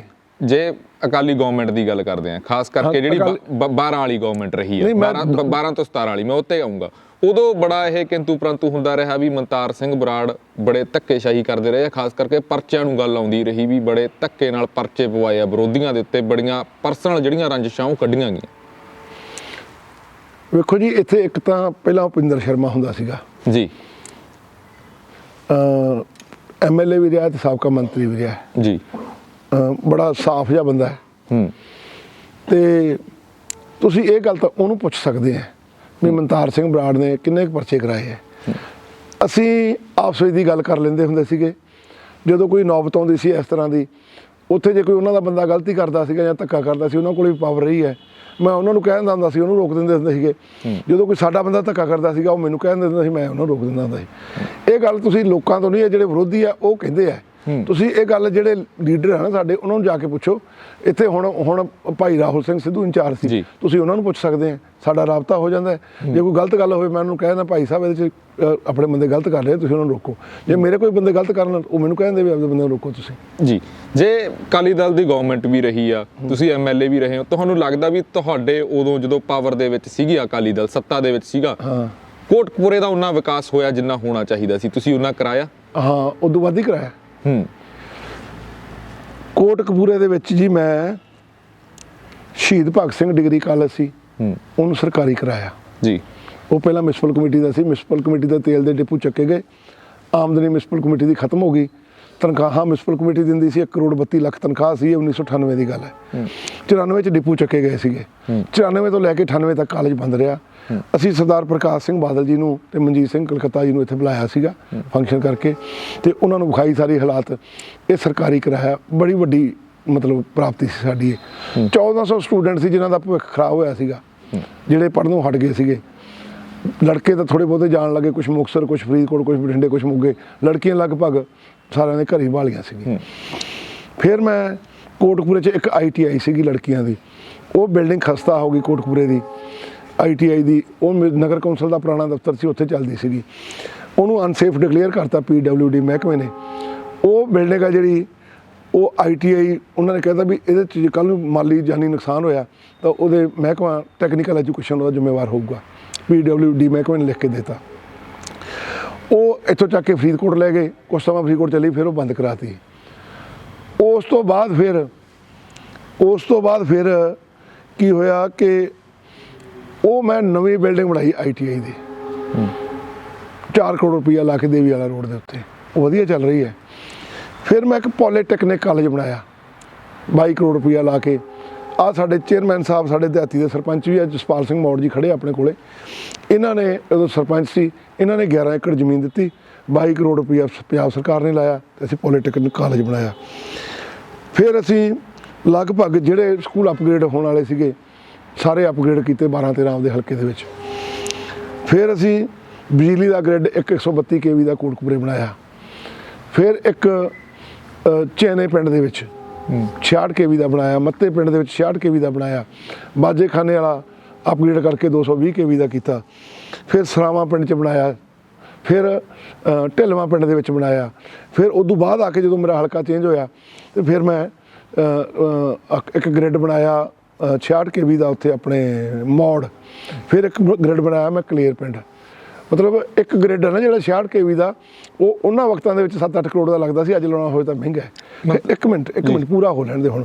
ਫਿਰ ਮੈਂ 90 ਕਰੋੜ ਰੁਪਈਆ ਨਹਿਰਾਂ ਵਾਸਤੇ ਲੈ ਕੇ ਆਂਦਾ, ਸਾਰੇ ਸੂਏ ਕਾਲੇ ਜਿਹੜੇ ਖਸਤਾ ਹੋ ਚੁੱਕੇ ਸੀ ਉਹ ਪੱਕੇ ਕਰਾਏ। 62 ਕਰੋੜ ਰੁਪਈਆ ਮੈਂ ਪੱਕੇ ਖਾਲੇ ਕਰਾਉਣ ਵਾਸਤੇ ਜਿਹੜਾ ਨਵੇਂ ਹਲਕੇ 'ਚ ਆਏ ਆ ਇਹਨਾਂ ਵਾਸਤੇ ਲੈ ਕੇ ਆਂਦਾ। 37 ਕਰੋੜ ਦੀਆਂ ਮੈਂ ਅੰਡਰਗਰਾਊਂਡ ਪਾਈਪਾਂ ਪਾਈਆਂ ਪਾਣੀ ਵਾਸਤੇ। ਲਗਭਗ 47 ਲਿਫਟ ਪੰਪ ਮੈਂ ਨਵੇਂ ਲਵਾਏ। ਪਹਿਲਾਂ ਸਾਡੇ ਹਲਕੇ 'ਚ 7 ਹੀ ਸੀਗੇ, ਨਹਿਰਾਂ 'ਚੋਂ ਸਿੱਧੇ ਮੋਗੇ ਜਿਹੜੇ ਹੈਗੇ ਆ, ਇੱਕ ਲਿਫਟ ਪੰਪ 300 400 ਏਕੜ ਨੂੰ ਸਿੰਚਾਈ ਕਰਦਾ। ਤੁਸੀਂ ਉਹਨਾਂ ਪਿੰਡਾਂ 'ਚੋਂ ਜਾ ਕੇ ਪੁੱਛੋ ਜਿਹੜੇ ਨਹਿਰ ਦੇ ਉੱਤੇ ਪਿੰਡ ਲੱਗਦੇ ਕੋਟਕਪੂਰੇ ਹਲਕੇ ਦੇ, ਕਿ ਇਹ ਕਿਹਨੇ ਕਰਾਇਆ। ਉਹਨਾਂ ਦੀ ਜ਼ਮੀਨ 20-20 ਹਜ਼ਾਰ ਰੁਪਏ ਨੂੰ ਠੇਕੇ ਨਹੀਂ ਸੀ ਲੱਗਦੀ, ਉਹ ਜ਼ਮੀਨ ਹੁਣ 60-60 ਹਜ਼ਾਰ ਰੁਪਏ ਨੂੰ ਠੇਕੇ 'ਤੇ ਲੱਗਦੀ ਹੈ। ਫਿਰ ਸਰਦਾਰ ਸੁਖਬੀਰ ਸਿੰਘ ਬਾਦਲ ਦੇ ਯਤਨਾਂ ਸਦਕਾ ਸਾਨੂੰ 118 ਕਰੋੜ ਰੁਪਏ ਦਾ ਸੀਵਰੇਜ ਦਾ ਪ੍ਰੋਜੈਕਟ ਮਿਲਿਆ। ਉਹ ਵੀ ਅਸੀਂ ਕੰਮ ਲਗਭਗ 35% ਕਰਾ ਲਿਆ ਸੀ। ਮੁੜ ਕੇ ਚੋਣਾਂ ਆ ਗਈਆਂ ਤੇ ਮੁੜ ਕੇ ਕੰਮ ਉੱਥੇ ਰੁਕਿਆ ਪਿਆ, ਹੁਣ ਥੋੜ੍ਹਾ ਜਿਹਾ ਹੋਣ ਲੱਗਾ। ਫਿਰ ਮੈਂ ਕੋਟਕਪੂਰੇ ਨੂੰ ਤਹਿਸੀਲ ਦਾ ਦਰਜਾ ਦਵਾਇਆ ਕੋਟਕਪੂਰੇ ਨੂੰ। ਜਿੱਥੇ ਕੋਟਕਪੂਰੇ ਦੀ ਮਿਊਨਿਸਪਲ ਕਮੇਟੀ ਨੇ ਸੀਵਰੇਜ ਪਾਇਆ ਸੀਗਾ, ਉੱਥੇ ਲਗਭਗ 35% ਸੀਵਰੇਜ ਪਹਿਲਾਂ ਪਿਆ ਹੋਇਆ ਸੀਗਾ ਜਦੋਂ ਕਮੇਟੀ ਕੋਲੇ ਪੈਸੇ ਹੁੰਦੇ ਸੀਗੇ। ਉਹਦੇ ਵਾਸਤੇ ਮੈਂ ਨਗਰ ਕੌਂਸਲ ਨੂੰ 23 ਕਰੋੜ ਰੁਪਈਆ ਬਣਦਾ ਸੀ, ਐਸਟੀਮੇਟ 23 ਕਰੋੜ ਰੁਪਈਆ ਦਵਾਇਆ। ਫਿਰ 4.5 ਕਰੋੜ ਰੁਪਈਆ ਵਾਟਰ ਵਰਕਸ ਨੂੰ ਦਿੱਤਾ, ਉਹ ਵਾਟਰ ਵਰਕਸ ਨਵਾਂ ਬਣਾਉਣ ਵਾਸਤੇ, ਕੋਟਕਪੂਰੇ ਵਾਲਾ ਡਿੱਗੀਆਂ ਠੀਕ ਕਰਨ ਵਾਸਤੇ। ਫਿਰ 9 ਕਰੋੜ ਰੁਪਈਆ ਦਿੱਤਾ ਜੀ ਇੰਪਰੂਵਮੈਂਟ ਕਰਨ ਵਾਸਤੇ ਬਿਜਲੀ ਦੀ, ਸਾਰੇ ਸ਼ਹਿਰ ਦੀ, ਕਿ ਤਾਰਾਂ ਬਦਲਣੀਆਂ, ਕੇਬਲ ਪਾਉਣੀਆਂ, ਟਰਾਂਸਫਾਰਮਰ ਬਦਲਣੇ ਆ, ਟਰਾਂਸਮਿਸ਼ਨ ਲਾਸਿਸ ਖਤਮ ਕਰਨ ਵਾਸਤੇ। ਫਿਰ ਮੈਂ ਲਗਭਗ ਤੁਸੀਂ ਦੱਸੋ ਵੀ ਸਾਰੀਆਂ ਸੜਕਾਂ ਜਿਹੜੀਆਂ ਪ੍ਰਧਾਨ ਮੰਤਰੀ ਯੋਜਨਾ ਵਾਲੀਆਂ ਵੀ ਕਰਾਈਆਂ, ਤੇ ਦੂਜੀਆਂ ਵੀ ਸਾਡੀਆਂ ਮਾਰਕੀਟ ਕਮੇਟੀ ਸਾਡੀ ਸੌਖੀ ਹੈ, ਪੈਸੇ ਕੋਟਕਪੂਰੇ ਵਾਲੀ ਮਾਰਕੀਟ ਕਮੇਟੀ ਕੋਲ ਬਹੁਤ ਹੁੰਦੇ ਆ, ਤੇ ਅਸੀਂ ਕੋਈ ਸੜਕ ਨਹੀਂ ਆਪਦੀ ਛੱਡੀ ਰਿਪੇਅਰ ਹੋਰ ਪੂਰਾ ਕਰ ਲੈਂਦੇ। ਫਿਰ ਮੈਂ ਜੀ ਘੱਟੋ ਘੱਟ 46-47 ਕਰੋੜ ਰੁਪਈਆ ਮੈਂ ਮਨਰੇਗਾ ਵਗੈਰਾ ਤੋਂ ਬਗੈਰ, ਵਿੱਤ ਕਮਿਸ਼ਨ ਤੋਂ ਬਗੈਰ, ਮਨਰੇਗਾ ਦੇ ਪੈਸੇ ਆਉਂਦੇ ਆ ਸੈਂਟਰ ਗੌਰਮੈਂਟ ਕੋਲੋਂ, ਵਿੱਤ ਕਮਿਸ਼ਨ ਦੇ ਪੈਸੇ ਆਉਂਦੇ ਆ 14ਵੇਂ ਵਿੱਤ ਕਮਿਸ਼ਨ ਦੇ, ਉਹ ਸੈਂਟਰ ਗੌਰਮੈਂਟ ਕੋਲੋਂ ਆਉਂਦੇ ਆ। ਉਹਨਾਂ ਤੋਂ ਇਲਾਵਾ 38 ਕਰੋੜ ਰੁਪਈਆ ਕੋਟਕਪੂਰੇ ਦੇ ਪਿੰਡਾਂ ਨੂੰ ਦਿੱਤਾ ਵਿਕਾਸ ਵਾਸਤੇ। ਸਰਦਾਰ ਜੀ, ਜਿੰਨੇ ਤੁਸੀਂ ਕੰਮ ਗਣਾਤੇ, 15 ਤੋਂ 20 ਕੰਮ ਵੱਡੇ ਪ੍ਰੋਜੈਕਟ ਗਣਾਤੇ, ਉਦੋਂ ਬਾਅਦ ਫਿਰ ਵੀ ਤੁਸੀਂ ਚੋਣ ਹਾਰ ਗਏ, ਕਿਉਂ? ਉਹ ਜੀ ਜਿਹੜੀ ਆਮ ਆਦਮੀ ਪਾਰਟੀ ਨੇ, ਵੇਖੋ ਬੇਅਦਬੀ ਹੋਈ ਹੈ ਸ਼੍ਰੀ ਅੰਮ੍ਰਿਤਸਰ ਸਾਹਿਬ, 18 ਤਰੀਕ ਨੂੰ ਹੋਈ ਹੈ ਪਿਛਲੀ ਨੂੰ, ਦਸੰਬਰ ਨੂੰ ਜੀ। ਅਸੀਂ ਸ਼੍ਰੋਮਣੀ ਕਮੇਟੀ ਤੇ ਸਾਡਾ ਪ੍ਰਧਾਨ ਹੈ, ਅਸੀਂ ਚਾਹੁੰਦੇ ਤਾਂ ਅਸੀਂ ਉਹਨੂੰ ਇਸ਼ੂ ਬਣਾ ਸਕਦੇ ਸੀਗੇ, ਲੇਕਿਨ ਇਹ ਬੇਅਦਬੀ ਹੈ, ਇੱਥੇ ਪਛਤਾਤਾਪ ਕਰਨਾ ਚਾਹੀਦਾ, ਇੱਥੇ ਅਰਦਾਸਾਂ ਕਰਾਉਣੀਆਂ ਚਾਹੀਦੀਆਂ ਕਿ ਪ੍ਰਮਾਤਮਾ ਇਹੋ ਜਿਹਾ ਕੰਮ ਨਾ ਕਰਾਈ। ਅਸੀਂ ਉਸ ਨੂੰ ਇਸ਼ੂ ਨਹੀਂ ਬਣਾਇਆ, ਲੇਕਿਨ ਆਮ ਆਦਮੀ ਪਾਰਟੀ ਨੇ ਤੇ ਕਾਂਗਰਸ ਪਾਰਟੀ ਨੇ ਧਾਰਮਿਕ ਇਸ਼ੂ ਬੇਅਦਬੀ ਵਾਲੇ ਨੂੰ ਉਹਨੇ ਸਿਆਸੀ ਇਸ਼ੂ ਬਣਾਇਆ। ਤੁਹਾਨੂੰ ਪਛਤਾਤਾਪ ਹੈ ਵੀ ਤੁਹਾਡੀ ਸਰਕਾਰ ਜਿਹੜਾ ਮਸਲਾ ਉਹ ਹੱਲ ਨਹੀਂ ਕਰ ਸਕੀ? ਨਹੀਂ, ਗੱਲ ਸੁਣੋ, ਸਾਡੀ ਸਰਕਾਰ ਮਸਲਾ ਹੱਲ ਕਿਵੇਂ ਕਰਦੀ? ਇਹ ਕਾਂਗਰਸ ਵਾਲਾ ਰਾਹੁਲ ਗਾਂਧੀ ਆ ਗਿਆ, ਕੇਜਰੀਵਾਲ ਆ ਗਿਆ, ਇਹਨਾਂ ਨੇ ਰੌਲਾ ਪਾਇਆ, ਨਾਲ ਜਸਟਿਸ ਕਟਾਜੂ ਆ ਗਿਆ, ਕਟਾਜੂ ਆ ਕੇ ਇਹੋ ਜਿਹਾ ਕੁਛ ਨਾ ਹੀ ਸੀ ਉਹਦਾ, ਤੇ ਉਹ ਆ ਗਿਆ, ਉਹ ਆ ਕੇ ਕਹਿੰਦੇ ਜੀ ਇਹ ਤਾਂ CBI ਨੂੰ ਦਿਓ, CBI ਨੂੰ ਦਿਓ। ਸਾਡੇ ਕੋਲ ਤਾਂ 15 ਦਿਨਾਂ ਦੇ ਵਿੱਚ ਜਾਂਚ, ਇਹਨਾਂ ਨੇ 20 ਦਿਨਾਂ ਦੇ ਵਿੱਚ CBI ਨੂੰ ਦਵਾਤੀ ਸੀ, ਸਾਨੂੰ ਤਾਂ ਮੌਕਾ ਹੀ ਨਹੀਂ ਮਿਲਿਆ। CBI ਨੂੰ ਜਾਂਚ ਇਹਨਾਂ ਨੇ ਦਵਾਈ, ਫਿਰ ਇਹੀ ਵਾਪਸ ਲੈ ਕੇ ਆਏ। ਹੁਣ 5 ਸਾਲ ਬੀਤ ਚੁੱਕੇ, 1 ਮਹੀਨਾ ਰਹਿੰਦਾ ਵੋਟਾਂ ਦੇ ਵਿੱਚ, ਇਹਨਾਂ ਤੋਂ ਕਿਉਂ ਨਹੀਂ ਲੱਭਿਆ ਗਿਆ ਜੀ? ਇਹਨਾਂ ਤੋਂ ਲੱਭਿਆ ਗਿਆ? ਦੱਸੋ ਮੈਨੂੰ, ਇਹਨਾਂ ਤੋਂ ਨਹੀਂ ਲੱਭਿਆ ਗਿਆ? ਕੁਲਤਾਰ ਸਿੰਘ ਸੰਧਵਾ ਦਾ ਮੈਂ ਪਿਛਲੇ ਦਿਨੀ ਇੰਟਰਵਿਊ ਕੀਤਾ, ਉਹਨਾਂ ਨੇ ਕਿਹਾ ਵੀ ਸਾਡੀ ਸਰਕਾਰ ਆ ਗਈ, ਅਸੀਂ ਸਾਰਾ ਮਸਲਾ ਹੱਲ ਕਰਕੇ ਦੇਵਾਂਗੇ, ਦੁੱਧ ਦਾ ਦੁੱਧ, ਪਾਣੀ ਦਾ ਪਾਣੀ। ਉਹ ਗੱਲ ਇਹ ਹੈ ਜੀ, ਝੂਠਾਂ ਦੀ ਪੰਡ ਹੈਗੀ ਆ ਆਮ ਆਦਮੀ ਪਾਰਟੀ। ਆ ਕੇਜਰੀਵਾਲ ਵੇਖੋ, ਦਿੱਲੀ ਦੇ ਪੈਸੇ ਆ, ਇਸ਼ਤਿਹਾਰ ਪੰਜਾਬ 'ਚ ਲੱਗਦੇ ਆ, ਕਿਉਂ ਲੱਗਦੇ ਆ? ਦਿੱਲੀ ਮਾਡਲ ਵੇਖ ਲਓ, ਦਿੱਲੀ ਤੁਸੀਂ ਵੇਖੋ ਜਾ ਕੇ, ਦਿੱਲੀ ਆ 5-6 ਸਕੂਲ ਹੀ ਆ ਜਿਹੜੇ ਚੰਗੇ, ਉਹਨਾਂ ਨੂੰ ਵਿਖਾ ਦਿੰਦੇ ਬੰਦੇ ਝੱਟੇ। ਅਕਲ ਮਹੱਲਾ ਕਲੀਨਿਕ ਹੈ, ਰੌਲਾ ਪਾਉਂਦੇ ਆ ਲੋਕ, 1000 ਰੁਪਈਆ ਦਿੱਲੀ 'ਚ ਬੁੜੀਆਂ ਨੂੰ ਮਿਲਦਾ, ਇੱਥੇ ਕਹਿੰਦਾ ਮੈਂ ਹਰ ਇੱਕ ਲੇਡੀ ਨੂੰ 1000 ਰੁਪਏ ਦੇ ਦੂੰਗਾ। ਭਗਵੰਤ ਸਿੰਘ ਮਾਨ ਨੂੰ ਮੁੱਖ ਮੰਤਰੀ ਕੈਂਡੀਡੇਟ ਐਲਾਨ ਤਾਂ ਉਦੋਂ ਦੇ ਥਾਪੀਆਂ ਮਰੀ ਜਾਂਦੇ ਆ ਸਾਰੇ। ਗੱਲ ਇਹ ਹੈ ਜੀ ਕਿ ਥਾਪੀਆਂ ਮਾਰਨਾ ਹਰ ਇੱਕ ਦਾ ਜਮਹੂਰੀ ਹੱਕ ਹੈ। ਥਾਪੀਆਂ ਮਾਰਨਾ, ਇਹ ਥਾਪੀਆਂ ਮਾਰ ਕੇ ਕੁਝ ਨਹੀਂ ਬਣਦਾਗਾ। ਇਹ ਤਾਂ ਲੋਕਾਂ ਦੇ ਵਿੱਚੋਂ ਵਿਚਰੋਗੇ, ਲੋਕਾਂ ਦੇ ਵਿੱਚ ਜਾਓਗੇ, ਸਾਰਾ ਕੁਝ ਪਤਾ ਲੱਗ ਜੂਗਾ। ਸੀਐਮ ਦਾ ਚਿਹਰਾ ਜਿਹੜਾ ਉਹ ਇੱਕ ਕਮੇਡੀਅਨ ਚਿਹਰਾ ਨਹੀਂ ਚਾਹੀਦਾ। ਉਹ ਸੀਐਮ ਦਾ ਚਿਹਰਾ ਇੱਕ ਜਿਹੜਾ ਹੈਗਾ, ਜਿਹੜਾ ਪੋਜ਼ਿਟਿਵ ਸੋਚ ਰੱਖਦਾ ਹੋਵੇ, ਜਿਹਦੀ ਸੋਚ ਹੋਵੇ ਮੈਂ ਪੰਜਾਬ ਨੂੰ ਅੱਗੇ ਲੈ ਕੇ ਜਾਣਾ ਹੈ, ਕਿ ਮੈਂ ਇੰਡਸਟਰੀ ਐਂ ਲੈ ਕੇ ਆਉਣੀ ਹੈ, ਜਿਹਨੂੰ ਢੰਗ ਤਰੀਕੇ ਆਉਂਦੇ ਹੁਣ। ਸੀਐਮ ਦਾ ਚਿਹਰਾ ਤਾਂ ਉਹ ਚਾਹੀਦਾ ਹੈ। ਤੇ ਇਹੋ ਜਿਹੇ ਬੰਦੇ ਜਿਹੜੇ ਮਤਲਬ ਮੈਂ ਹੁਣ ਇਹਨਾਂ ਦੇ ਗਲਤ ਸ਼ਬਦਾਂ ਪਰ ਵਿਰੋਧੀ ਇਹ ਵੀ ਕਹਿ ਦਿੰਦੇ ਆ ਸੀਐਮ ਦਾ ਚਿਹਰਾ ਕੋਈ ਬਿਜ਼ਨਸਮੈਨ ਵੀ ਨਹੀਂ ਚਾਹੀਦਾ। ਸੁਖਬੀਰ ਸਿੰਘ ਬਾਦਲ ਤੇ ਇਹ ਵੀ ਇਲਜ਼ਾਮ ਲੱਗਦਾ ਵੀ ਬਿਜ਼ਨਸ ਪਾਰਟੀ ਬਣ ਗਈ ਇੱਕ। ਨਹੀਂ, ਬਿਜ਼ਨਸ ਵੇਖੋ ਜੀ, ਗੱਲ ਇਹ ਹੈ ਕਿ ਹੁਣ ਮੈਂ ਸਿਆਸਤ ਕਰਦਾ ਜੀ, ਜਿਹੜੇ ਵਿਰੋਧੀ ਉਹ ਤਾਂ ਕਹਿਣਗੇ ਭੁੱਖਾ ਵੀ ਮਰੇ ਤੇ ਸਿਆਸਤ ਵੀ ਕਰੇ। ਹੁਣ ਮੇਰੇ ਕੋਲੇ ਆਪਦੀ ਜੱਦੀ ਜਾਇਦਾਦ ਹੈ ਜੀ। ਸੁਖਬੀਰ ਸਿੰਘ ਬਾਦਲ ਹੈ ਜਿਹੜਾ, ਸੁਖਬੀਰ ਸਿੰਘ ਬਾਦਲ ਕੋਲੇ ਜੱਦੀ ਜਾਇਦਾਦ ਹੈ। ਜਿਹੜੀ ਪ੍ਰਕਾਸ਼ ਸਿੰਘ ਬਾਦਲ ਦਾ ਪਰਿਵਾਰ ਹੈ, ਜੱਦੀ ਧਨਾੜ ਪਰਿਵਾਰ ਹੈ। ਜਿਹੜਾ ਉਹਨਾਂ ਦਾ ਹੋਟਲ ਹੈ ਜਿਹਦੀ ਜ਼ਿਕਰ ਕਰਦੇ ਆ ਇਹ, ਉਹ 1982 ਦੀ ਜਗ੍ਹਾ ਇਹਨਾਂ ਕੋਲੇ ਹੈ। ਉਹ ਸੁਪਰੀਮ ਕੋਰਟ 'ਚ ਕੇਸ ਚੱਲਿਆ, ਹਾਈ ਕੋਰਟ 'ਚ ਕੇਸ ਚੱਲਿਆ, ਉਹ ਕੇਸ ਜਿੱਤੇ, ਉੱਥੇ ਉਹਨਾਂ ਨੇ ਹੋਟਲ ਬਣਾਇਆ। ਸੁਖਵਿਲਾਸ ਦੀ ਗੱਲ ਕਰ ਰਹੇ, ਸੁਖਵਿਲਾਸ ਦੀ ਗੱਲ ਕਰ ਰਹੇ, ਸੁਖਵਿਲਾਸ ਦੀ ਨਹੀਂ, ਉੱਥੋਂ ਵਾਲੇ ਦੀ। ਜਿਹੜੀ ਸੁਖਵਿਲਾਸ ਵਾਲੀ ਜਗ੍ਹਾ ਹੈ ਉਹ ਉਹਨਾਂ ਦੀ 1970-75 ਤੋਂ ਪਹਿਲਾਂ ਦੀ ਜਗ੍ਹਾ ਹੈਗੀ ਆਪਦੀ। ਜੇ ਉੱਥੇ ਬੰਦਾ ਬਿਜ਼ਨਸ ਕਰਦਾ ਵੀ ਹੈ, ਬਿਜ਼ਨਸ ਕਰਨਾ ਕੋਈ ਮਾੜੀ ਗੱਲ ਤਾਂ ਨਹੀਂ ਗੀ। ਬਿਜ਼ਨਸ ਕਰਨਾ, ਜੇ ਸਿਆਸਤ ਕਰਨੀ ਹੈ ਤੇ ਬਿਜ਼ਨਸ ਵੀ ਅਗਲਾ ਨਾਲ ਕਰਦਾ। ਸਿਆਸਤ ਦੇ ਵਿੱਚ ਬਿਜ਼ਨਸ ਦਾ ਕੀ ਲਿੰਕ ਹੈ? ਸਿਆਸਤ ਵੱਖਰੀ ਜਗ੍ਹਾ, ਬਿਜ਼ਨਸ ਵੱਖਰੀ ਜਗ੍ਹਾ। ਇੱਕ ਜਾਂਦੇ ਜਾਂਦੇ ਮੈਂ ਹੋਰ ਸਵਾਲ ਪੁੱਛਣਾ ਚਾਹੂੰ। ਕੁਲਤਾਰ ਸਿੰਘ ਸੰਧਵਾ ਇਹ ਵੀ ਦਾਅਵਾ ਕਰਦੇ ਆ ਵੀ ਲੋਕਾਂ ਦੇ ਮਸਲਿਆਂ ਦੇ ਵਿੱਚ, ਜਿਹੜੇ ਆਮ ਘਰੇਲੂ ਮਸਲੇ ਸੀ ਜਾਂ ਥਾਣੇ ਕਚਹਿਰੀਆਂ ਦੇ ਮਸਲੇ ਸੀ, ਵੀ ਉਹਨਾਂ ਨੇ ਹਿੱਕ ਡਾਹ ਕੇ ਲੋਕਾਂ ਦੇ ਸੋਲਵ ਕਰਾਏ ਆ। ਪਹਿਲਾਂ ਵਾਲੇ ਐਮਐਲਏਆਂ ਨੇ ਜਾਂ ਪਹਿਲਾਂ ਵਾਲੇ ਲੀਡਰਾਂ ਨੇ ਕੋਟਕਪੂਰੇ ਦਾ ਕੁਝ ਵੀ ਨਹੀਂ ਕਰਿਆ। ਇਹ ਤੁਸੀਂ ਨਾ ਕੁਲਤਾਰ ਸਿੰਘ ਸੰਧਵਾ ਕਹਿੰਦੇ ਨਾ, ਇਹ ਤੁਸੀਂ ਹਲਕੇ ਦੇ ਲੋਕਾਂ ਤੋਂ ਪੁੱਛ ਲਓ। ਮੈਂ ਇਹਦਾ ਉੱਤਰ ਨਹੀਂ ਦਿੰਦਾ ਗਾ। ਇਹ ਤੁਸੀਂ ਹਲਕੇ ਦੇ ਲੋਕਾਂ ਤੋਂ ਪੁੱਛ ਲਓ ਵੀ ਕੁਲਤਾਰ ਸਿੰਘ ਸੰਧਵਾ 4.5 ਪੌਣੇ 5 ਸਾਲ ਹਲਕੇ 'ਚ ਆਇਆ ਕਿ ਨਹੀਂ ਆਇਆ। ਇੱਥੋਂ ਹੀ ਤੁਹਾਨੂੰ ਪਤਾ ਲੱਗ ਜਾਊਗਾ। ਤੁਸੀਂ ਕਹਿੰਦੇ ਹੋ ਵੀ ਨਹੀਂ ਆਏ ਉਹ? ਮੈਂ, ਲੋਕ ਕਹਿੰਦੇ ਆ ਜੀ, ਮੈਂ ਕਿਉਂ ਕਹਿੰਦਾ, ਲੋਕ ਕਹਿੰਦੇ ਆ। ਲੋਕ ਕਹਿੰਦੇ, ਕਿਸੇ ਨੂੰ ਜਾ ਕੇ ਪੁੱਛ ਲਓ। ਸਾਡੇ ਪਿੰਡ ਵਿੱਚ ਦੀ ਲੰਘਣਾ, ਸਾਡੇ ਪਿੰਡ ਵਿੱਚ ਦੀ ਪੁੱਛ ਲਓ ਜਾ ਕੇ। ਤੁਹਾਨੂੰ ਕੀ ਲੱਗਦਾ? ਸਾਡਾ ਇੱਕੋ ਪਿੰਡ ਹੈ ਦੋਨਾਂ ਦਾ ਜੀ। ਆਉਣ ਵਾਲੇ ਦਿਨਾਂ ਦੇ ਵਿੱਚ ਜੇ ਸਰਕਾਰ ਬਣਦੀ ਆ ਸ਼੍ਰੋਮਣੀ ਅਕਾਲੀ ਦਲ ਦੀ, ਤੁਸੀਂ ਐਮਐਲਏ ਬਣਦੇ ਹੋ, ਕਿਹੜੇ 2 ਵੱਡੇ ਪ੍ਰੋਜੈਕਟ ਆ ਕੋਟਕਪੂਰੇ ਲਈ ਸੋਚੇ ਵੇ ਆ? ਕਈ ਵਾਰ ਸੁਪਨਾ ਹੁੰਦਾ ਹੈਗਾ ਵੀ ਆਹ ਚੀਜ਼ ਸਾਡੇ ਕੋਟਕਪੂਰੇ ਸ਼ਹਿਰ 'ਚ ਹੋਣੀ ਚਾਹੀਦੀ ਹੈ, ਵੱਡੇ ਸ਼ਹਿਰਾਂ 'ਚ ਹੈਗੀ, ਇੱਥੇ ਹੋਣੀ ਚਾਹੀਦੀ ਹੈ। ਦੇਖੋ ਜੀ, ਗੱਲ ਇਹ ਹੈ ਕਿ ਸਾਡੇ ਕੋਲੇ ਇੱਥੇ ਇੱਕ ਹੁਣ ਤਾਂ ਡਿਸਪਿਊਟਡ ਜਗ੍ਹਾ ਹੋ ਗਈ, ਬੀਏਡ ਦੀ ਜਗ੍ਹਾ ਪਈ ਹੈ ਕਾਫੀ ਜ਼ਿਆਦਾ ਜੀ। ਅਸੀਂ ਜਦੋਂ ਰਿਫਾਈਨਰੀ ਲੱਗੀ ਹੈ ਉਦੋਂ ਸਾਡੀ ਕੋਸ਼ਿਸ਼ ਸੀਗੀ ਕਿ ਰਿਫਾਈਨਰੀ ਇੱਥੇ ਲੱਗ ਜਾਵੇ, ਪਰ ਪਤਾ ਨਹੀਂ ਕਿੰਨਾ ਕਾਰਨਾਂ ਕਰਕੇ ਇੱਥੇ ਨਹੀਂ ਲੱਗ ਸਕੀ। ਉਹ 2200-2300 ਏਕੜ ਜ਼ਮੀਨ ਸਾਨੂੰ ਫਰੀ ਵਾਂਗੂ ਮਿਲਦੀ ਸੀ ਬਿਲਕੁਲ। ਤੇ ਮੈਂ ਚਾਹੁੰਦਾ ਕਿ ਸਾਡਾ ਕੋਟਕਪੂਰਾ ਇੰਡਸਟਰੀਅਲ ਟਾਊਨ ਹੈ ਪਹਿਲਾਂ। ਆਟੇ ਦਾ ਕੰਮ ਬਹੁਤ ਹੈ ਇੱਥੇ, ਬਿਜਲੀ ਦੇ ਵੱਡੇ ਵੱਡੇ ਪ੍ਰੋਜੈਕਟ ਕਾਰਖਾਨੇ ਲੱਗੇ ਆ ਇੱਥੇ। ਯੂਪੀ 'ਚ, ਬਿਹਾਰ 'ਚ ਮਾਲ ਸਪਲਾਈ ਹੁੰਦਾ ਹੈ, ਜਿੱਥੇ 700, 800 ਬੰਦਾ ਲੇਬਰ ਦਾ ਕੰਮ ਕਰਦਾ ਹੈ। ਆਟੇ ਦੀਆਂ ਮਿੱਲਾਂ, ਜਿਵੇਂ ਮੈਂ ਤੁਹਾਨੂੰ ਦੱਸਿਆ, 5-6 ਮਿੱਲਾਂ ਹੈਗੀਆਂ ਵੱਡੀਆਂ ਇੱਥੇ। ਫਿਰ ਜਿਹੜੀ ਸ਼ਿਵਰਾਜ ਇੰਡਸਟਰੀ ਹੈ, ਸ਼ਿਵਰਾਜ ਟਰੈਕ ਫੈਕਟਰੀ ਹੈ, ਉਹਦੇ ਜਿਹੜੇ ਪਾਰਟਸ ਬਣਦੇ ਆ ਕੰਬਾਈਨ ਦੇ ਜਾਂ ਉਹਦੇ ਸ਼ਿਵਰਾਜ ਉਹਦੇ, ਉਹ ਪਾਰਟਸ ਕੋਟਕਪੂਰੇ, ਕਾਫੀ ਪਾਰਟਸ ਜਿਹੜੇ ਹੈਗੇ ਕੋਟਕਪੂਰੇ ਬਣਦੇ। ਫੋਕਲ ਪੁਆਇੰਟ ਦੇ ਵਿੱਚ ਫੈਕਟਰੀਆਂ ਹੈਗੀਆਂ। ਮਿਲਕ ਪਲਾਂਟ 2 ਬਹੁਤ ਵੱਡੇ ਲੱਗੇ ਆ ਕੋਟਕਪੂਰੇ ਦੇ ਵਿੱਚ, ਵੱਡੇ ਮਤਲਬ ਹਾਇਰ ਲੈਵਲ ਦੇ, ਜਿੱਥੇ ਆਪਾਂ ਕਹਿ ਦਈਏ ਵੀ 400-400 ਬੰਦਾ, 300-300 ਬੰਦਾ ਕੰਮ ਕਰਦਾ ਹੈ। ਲੇਕਿਨ ਮੇਰੀ ਸੋਚ ਹੈ ਕਿ ਕੋਈ ਵੱਡੀ ਇੰਡਸਟਰੀ ਇੱਥੇ ਜੇ ਆ ਜਾਵੇ ਜਿਹਦੇ 'ਚ ਘੱਟੋ ਘੱਟ 5-10 ਹਜ਼ਾਰ ਬੰਦਾ ਕੰਮ ਕਰੇ, ਤੇ ਉਹਦੇ ਨਾਲ ਸਾਡੇ ਇਲਾਕੇ ਨੂੰ ਖੁਸ਼ਹਾਲੀ ਮਿਲ ਸਕਦੀ ਹੈ। ਲੋਕਾਂ ਦੇ ਘਰਾਂ 'ਚ ਪੈਸਾ ਜਾਊਗਾ, ਬਿਜ਼ਨਸ ਵੀ ਚੱਲਣਗੇ। ਲੇਕਿਨ ਥੋੜ੍ਹੀ ਜਿਹੀ ਸਮੱਸਿਆ ਇਹ ਆਉਂਦੀ ਹੈ ਕਿ ਮੇਰੇ ਲੈਵਲ 'ਤੇ ਨਹੀਂ, ਉਹ ਅਸੀਂ ਬਾਦਲ ਸਾਹਿਬ ਨਾਲ ਗੱਲ ਕਰਾਂਗੇ ਕਿ ਜੇ ਮੁੱਖ ਮੰਤਰੀ ਪਰਮਾਤਮਾ ਦੀ ਕਿਰਪਾ ਨਾਲ ਉਹ ਬਣਦੇ ਆ, ਲੋਕਾਂ ਦੇ ਸਹਿਯੋਗ ਨਾਲ ਬਣਦੇ ਆ, ਕਿ ਸਾਡੇ ਇਲਾਕੇ ਦੇ ਵਿੱਚ ਉਹ ਇੰਡਸਟਰੀ ਦੇਣ। ਲੇਕਿਨ ਬਾਰਡਰ ਸਟੇਟ ਹੋਣ ਕਰਕੇ ਜਿਹੜੀਆਂ ਵੱਡੀਆਂ ਇੰਡਸਟਰੀਆਂ ਵਾਲੇ ਵੀ ਬਾਰਡਰ ਸਟੇਟ ਕਰਕੇ ਥੋੜ੍ਹਾ ਜਿਹਾ ਡਰਦੇ ਆ, ਆਉਂਦੇ ਨਹੀਂ ਗੇ। ਇਹ ਵੀ ਸਮੱਸਿਆ ਹੈਗੀ। ਪਰ ਸਾਡੀ ਕੋਸ਼ਿਸ਼ ਹੋਊਗੀ ਕਿ ਅਸੀਂ ਉਹ ਚੰਗੀ ਇੰਡਸਟਰੀ ਲੈ ਕੇ ਆਈਏ। ਪਰ ਮੇਰਾ ਜਿਹੜਾ ਨਿਸ਼ਾਨਾ ਇਹਦੇ ਨਾਲ ਨਾਲ ਇੱਕ ਇਹ ਹੈ ਕਿ ਸਭ ਤੋਂ ਪਹਿਲ ਮੈਂ ਐਜੂਕੇਸ਼ਨ ਨੂੰ ਤੇ ਹੈਲਥ ਨੂੰ ਦਿੱਤੀ ਹੈ ਜੀ। ਦੇਖੋ ਕੋਟਕਪੂਰੇ, ਮੈਂ ਭੁੱਲ ਗਿਆ ਸੀ ਪਹਿਲਾਂ ਤੁਹਾਨੂੰ ਦੱਸਣਾ, ਕੋਟਕਪੂਰੇ ਮੈਂ ਸਿਵਲ ਹਸਪਤਾਲ ਦੀ ਬਿਲਡਿੰਗ ਪਹਿਲਾਂ ਵੀ 4.5 ਕਰੋੜ ਰੁਪਈਆ ਦੇ ਕੇ 97 ਵਾਲੀ ਸਰਕਾਰ ਦੇ ਵਿੱਚ, ਜਦੋਂ ਮੈਂ ਸ਼ਾਮਲ ਹੋ ਗਿਆ ਸੀ ਅਕਾਲੀ ਦਲ ਦੇ ਵਿੱਚ, ਉਦੋਂ ਬਣਵਾਈ ਨਵੀਂ। ਤੇ ਫਿਰ 5 ਕਰੋੜ ਰੁਪਈਆ ਦੇ ਕੇ ਇੱਕ ਨਵਾਂ ਸਿਵਲ ਹਸਪਤਾਲ ਹੀ, ਨਵਾਂ ਚਾਈਲਡ ਐਂਡ ਕੇਅਰ ਹਸਪੀਟਲ ਲੈ ਕੇ ਆਂਦਾ। ਇਹ ਤਾਂ ਹੁਣੇ ਪਿੱਛੇ 2014-15 ਦੀ ਗੱਲ ਹੀ ਹੈ ਇਹ। ਆ ਪੁਲ ਬਣਾਏ, ਮੈਂ ਸੱਚੇ ਭੁੱਲ ਗਿਆ ਸੀ ਤੁਹਾਨੂੰ, ਆ ਦੋਨੇ ਪੁਲ ਸਾਡੀ ਦੇਣ ਹੈ ਜੀ। ਜਿਹੜਾ ਕੋਟਕਪੂਰੇ ਮੁਕਤਸਰ ਨੂੰ ਜਾਂਦਾ ਹੈ, ਉੱਥੇ ਮੇਰੇ ਪੱਥਰ ਲੱਗਾ ਸੁਖਬੀਰ ਸਿੰਘ ਬਾਦਲ ਦਾ। ਦਿਗਵਿਜੇ ਸਿੰਘ ਰੇਲਵੇ ਮੰਤਰੀ ਹੁੰਦੇ ਸੀ, ਉਹਨਾਂ ਦਾ ਪੱਥਰ ਲੱਗਾ, ਥੱਲੇ ਮੈਂ MLA ਸੀ, ਮੇਰਾ ਨਾਂ ਲਿਖਿਆ ਹੋਇਆ। ਆਹ ਪੁਲ ਤੇ ਪੱਥਰ ਲੱਗਾ ਸਾਡਾ। ਅਵਤਾਰ ਸਿੰਘ ਸੰਧਵਾ ਕਹਿੰਦੇ ਉਹ ਪੁਲ ਚੱਲਦਾ ਹੀ ਨਹੀਂ ਸੀਗਾ। ਕਿਹੜਾ ਆਹੀ ਪੁਲ ਦੀ ਜਿਹੜੀ ਤੁਸੀਂ ਗੱਲ ਕਰਦੇ, ਉਹਨਾਂ ਨੇ ਇੰਟਰਵਿਊ ਦੇ ਵਿੱਚ ਕਿਹਾ, ਉਹ ਕਹਿੰਦੇ ਅਸੀਂ ਚਲਵਾਇਆ ਹੈਗਾ ਉਹ ਪੁਲ, ਇੱਕ ਪੁਲ ਸਰਕਾਰ ਨੇ ਚਲਾਇਆ ਹੀ ਨਹੀਂ ਸੀਗਾ। ਮੈਂ ਜੀ ਇਸ ਤੇ ਤੁਹਾਨੂੰ ਕੋਈ ਉੱਤਰ ਨਹੀਂ ਦੇ ਸਕਦਾ। ਇਹ ਪੁਲ ਕਿਵੇਂ ਬਣਾਇਆ ਮੈਂ? ਇਹ ਪੁਲ, ਇਹ ਸੜਕ ਨੈਸ਼ਨਲ ਹਾਈਵੇ ਸੀ ਜਿਹੜੀ ਮੇਰੇ ਘਰ ਅੱਗੋਂ ਦੀ ਜਾਂਦੀ ਹੈ, ਲੇਕਿਨ ਉਹ ਬਾਈਪਾਸ ਚੱਲ ਪਿਆ ਜੀ।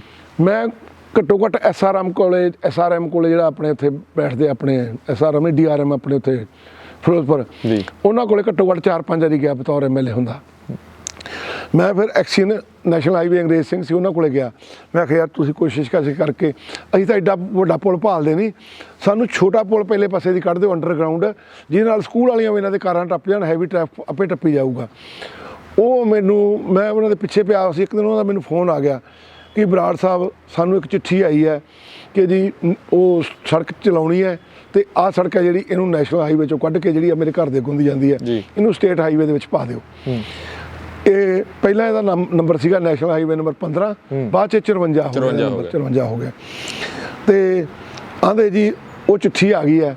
ਮੇਰੇ ਰਿਲੇਟਿਵ ਹੈ ਸਰਦਾਰ ਪਰਮਜੀਤ ਸਿੰਘ ਔਜਲਾ, ਮੇਰੀ ਭਤੀਜੀ ਮੇਰੇ ਵੱਡੇ ਭਰਾ ਦੀ ਲੜਕੀ ਉਹਨਾਂ ਦੇ ਬੇਟੇ ਨਾਲ ਵਿਆਹੀ ਵੀ ਹੈ ਜੀ। ਉਹ ਪ੍ਰਿੰਸੀਪਲ ਸੈਕਟਰੀ ਲੱਗੇ ਸੀ PWD ਦੇ।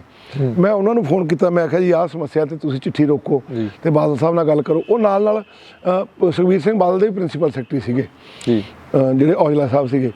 ਉਹ ਮੈਨੂੰ ਕਹਿੰਦੇ ਵੀ ਮੈਂ ਦਿੱਲੀ ਹਾਂ ਤੇ ਮੈਂ ਇੱਥੇ ਆ ਜਾਊਂਗਾ, ਤੇ ਉਸ ਦਿਨ ਤੂੰ ਆ ਜੀ ਇੱਥੇ, ਮੈਂ ਰੋਕ ਲੈਣਾ ਚਿੱਠੀ, ਸਾਰੇ ਚੀਫ ਇੰਜੀਨੀਅਰ ਵਗੈਰਾ ਬੁਲਾ ਲਾਂਗੇ ਆਪਾਂ, ਤੇ ਆਪਾਂ ਕਰਦੇ ਹਾਂ ਗੱਲ।